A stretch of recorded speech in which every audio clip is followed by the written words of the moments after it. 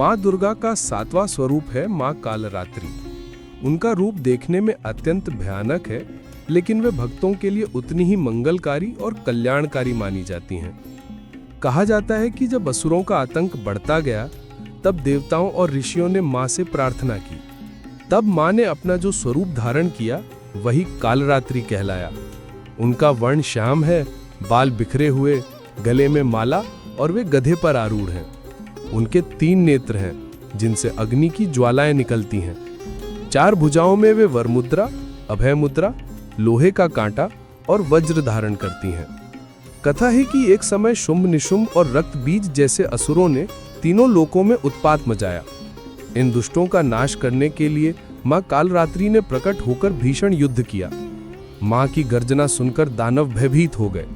जब रक्त बीज की सेना आक्रमण करती तो माँ उससे अपने प्रचंड स्वरूप से परास्त कर देती। उनके क्रोध से अग्नि की लपटें उठती, जिससे असुर भस्म हो जाते।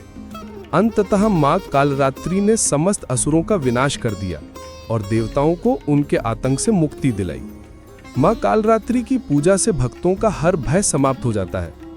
जो साधक श्रद्धा से उनकी आराधना करते हैं, उन्हें असीम साहस, आत्मबल और संकटों से मुक्ति प्राप्त होती है। माँ का ये स्वरूप हमें ये भी सिखाता है कि कभी कभी धर्म और सत्य की रक्षा के लिए कठोर और भयानक रूप धारण करना आवश्यक होता है। इसी कारण नवरात्रि के 7वें दिन माँ कालरात्रि की पूजा का विशेष महत्व है। वे भयंकर रूप में भी अपने भक्तों को मंगल ही प्रदान करती हैं।